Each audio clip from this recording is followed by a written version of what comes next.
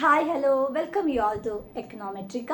അപ്പം നമ്മൾ ഇന്ന് എക്കണോമെട്രിക്സിലെ ഏറ്റവും ഇമ്പോർട്ടൻ്റ് ആയിട്ടുള്ള ഒരു ടോപ്പിക്കാണ് ഡിസ്കസ് ചെയ്യാൻ പോകുന്നത്. നമുക്ക് എല്ലാവർക്കും അറിയാം, നമ്മുടെ എക്കണോമെട്രിക്കൽ ഏരിയയിലെ ഏറ്റവും ഇമ്പോർട്ടൻ്റ് ആയിട്ടുള്ള ഒന്നാണ് ഹൈപ്പോതെസിസ് എന്ന് പറയുന്നത്, അല്ലേ? ഹൈപ്പോതെസിസ് എന്ന് പറഞ്ഞിട്ടുണ്ടെങ്കിൽ എന്താണ്? ടെൻറ്റേറ്റീവ് ആയിട്ടുള്ള, അതായത് എപ്പോൾ വേണമെങ്കിലും മാറാൻ സാധ്യതയുള്ള ഒരു സ്റ്റേറ്റ്മെന്റിനെയാണ് ഹൈപ്പോതെസിസ് എന്ന് പറയുന്നത്. നമ്മളൊരു റിസർച്ചിന്റെ മേഖലയിലേക്ക് കടക്കുന്ന സമയത്ത് അവിടെ നമുക്ക് ഒബ്ജക്റ്റീവ്സ് ഉണ്ടായിരിക്കും, അല്ലെ?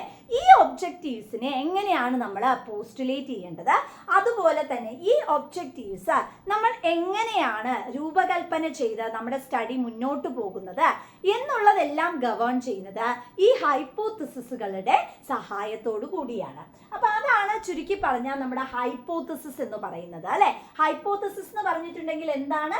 അതൊരു ടെൻറ്റേറ്റീവ് ആയിട്ടുള്ള സ്റ്റേറ്റ്മെന്റ് ആണ്, അല്ലെ?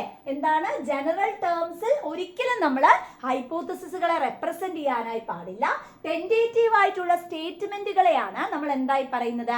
ഹൈപ്പോതെസിസ് എന്നുള്ളത് കൊണ്ട് പോസ്റ്റുലേറ്റ് ചെയ്യുന്നത്. ഹൈപ്പോതെസിസ് എന്ന് പറയുന്നതിനെ എന്താണ് നമുക്ക് രണ്ടായി ക്ലാസിഫൈ ചെയ്യാം. നൾ ഹൈപ്പോതെസിസ് എന്നും അടുത്തത് നമ്മുടെ ഓൾട്ടർനേറ്റീവ് ഹൈപ്പോതെസിസ്. എന്താണ് നൾ ഹൈപ്പോതെസിസ്? നൾ ഹൈപ്പോതെസിസ് എന്ന് പറഞ്ഞാൽ നമ്മൾ അതിനെ എപ്പോഴും എഴുതുന്നത് എച്ച് നോട്ട് എന്നാണ്. എച്ച് നോട്ട് എന്നാണ് നൾ ഹൈപ്പോതെസിസിനെ നമ്മൾ രേഖപ്പെടുത്തുന്നത്.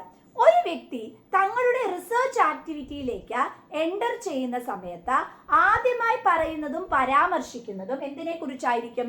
Null ഹൈപ്പോതെസിസുകളെ കുറിച്ചായിരിക്കും.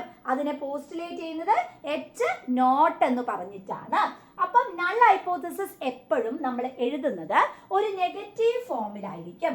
there exists no relation എന്നുള്ള രീതിയിലായിരിക്കും നൾ ഹൈപ്പോതെസിസുകളെ എപ്പോഴും നമ്മൾ രേഖപ്പെടുത്തുന്നത്. ഓൾട്ടർനേറ്റീവ് ഹൈപ്പോതെസിസ് എന്ന് പറയുന്നത് H1 അല്ലെങ്കിൽ HA എന്നൊക്കെ പറഞ്ഞ് നമ്മൾ രേഖപ്പെടുത്താറുണ്ട്. ഇവിടെ ഓട്ടോമാറ്റിക്കലി നൾ ഹൈപ്പോതെസിസ് റിജക്റ്റഡ് ആകുന്ന സമയത്ത് ഓൾട്ടർനേറ്റീവ് ഹൈപ്പോതെസിസ് അക്സെപ്റ്റ് ആവുകയാണ് ചെയ്യുന്നത്. ഇപ്പൊ സേ ഫോർ എക്സാമ്പിൾ ഞാൻ നൾ ഹൈപ്പോതെസിസ് എഴുതാണ്. There exists no relation between labor security in public sector and industrial productivity.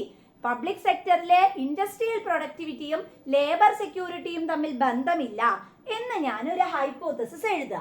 അപ്പൊ ബന്ധമില്ല എന്നാണ്, അല്ലേ?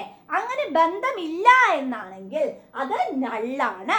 അതാണ് ഞാൻ എൻ്റെ റിസർച്ചിലൂടെ പ്രൂവ് ചെയ്യാനായിട്ടും ശ്രമിക്കുന്നത്. ശരിക്കും ഹൈപ്പോതെസിസ് ആണ് നമ്മൾ പ്രൂവ് ചെയ്യാനായിട്ട് ശ്രമിക്കുന്നത്, അല്ലെ? ഇനി ആ കണ്ടുപിടുത്തം തീർത്തും തെറ്റായിരുന്നു. ഡാറ്റ കളക്ഷനിലേക്ക് പോണു. ഡാറ്റ കളക്ഷൻ വഴി ഞാൻ മനസ്സിലാക്കുന്നു ഞാൻ കണ്ടുപിടിച്ച ആ കണ്ടുപിടുത്തം തീർത്തും തെറ്റായിരുന്നു, മിസ്റ്റേക്ക് ആയിരുന്നു എന്ന് കണ്ടുപിടിക്കുകയാണ്. അപ്പൊ എനിക്ക് എന്തിലേക്ക് പോകാനായി പറ്റും? ഞാൻ എൻ്റെ നൾ ഹൈപ്പോതെസിസ് റിജക്റ്റ് ചെയ്യുകയും ഓൾട്ടർനേറ്റീവ് ഹൈപ്പോതെസിസ് അക്സെപ്റ്റ് ചെയ്യുന്നു. അതായത് റിലേഷൻ ഉണ്ട് എന്നല്ലേ? അപ്പൊ റിലേഷൻ ഉണ്ടെന്ന് പറഞ്ഞാൽ എന്താ? അത് ഓൾട്ടർനേറ്റീവ് ഹൈപ്പോതെസിസ് ആയി മാറുകയാണ്, അല്ലെ? ഒരു റിസർച്ച് ഏരിയയിൽ നമ്മൾ എപ്പോഴും നള്ളാണ്. അതായത് നമ്മൾ ഒരു റിസർച്ചർ ആവുന്ന സമയത്ത് നമ്മളുടെ ബേസിക് ആയിട്ടുള്ള എയിം എന്ന് പറയുന്നത് റിലേഷൻഷിപ്പ് ഇല്ല എന്ന് പറയുന്നതാണ്, എന്നിട്ട് റിലേഷൻഷിപ്പ് സ്ഥാപിക്കുക എന്നുള്ളതാണ്. അപ്പൊ ഇതാണ് നമ്മുടെ ഹൈപ്പോതെസിസ് എന്ന് പറയുന്നത്. നൾ ഹൈപ്പോതെസിസ് ആണ് നമ്മുടെ റിസർച്ച് മേഖലയിലെ ഏറ്റവും ഇമ്പോർട്ടൻറ്റും അതുപോലെ നമ്മൾ എഴുതുന്നതും. ബേസിക്കലി 7, 8 അതായത് 5 മുതൽ 8 വരെയും ഹൈപ്പോതെസിസുകൾ നമ്മുടെ സ്റ്റഡിയിൽ വെക്കാവുന്നതാണ്. സോ ഹൈപ്പോതെസിസ് എന്ന് പറഞ്ഞിട്ടുണ്ടെങ്കിൽ ടെൻറ്റേറ്റീവ് ആയിട്ട് എപ്പോൾ വേണമെങ്കിലും മാറാനുള്ള ഒരു സ്റ്റേറ്റ്മെന്റ് നമ്മൾ സ്റ്റഡി മുൻപേ കൊണ്ടുവരുമ്പോൾ അതിൽ നിന്ന് മാറാനുള്ള സാധ്യതകളുണ്ട്, അല്ലെ? അപ്പൊ അതിനെയാണ് നമ്മൾ എന്തായി പറയുന്നത്? ഹൈപ്പോതെസിസുകൾ എന്ന് പറയുന്നത്. എല്ലാവർക്കും വ്യക്തമാണെന്ന് തന്നെ പ്രതീക്ഷിക്കുന്നു. Thank you.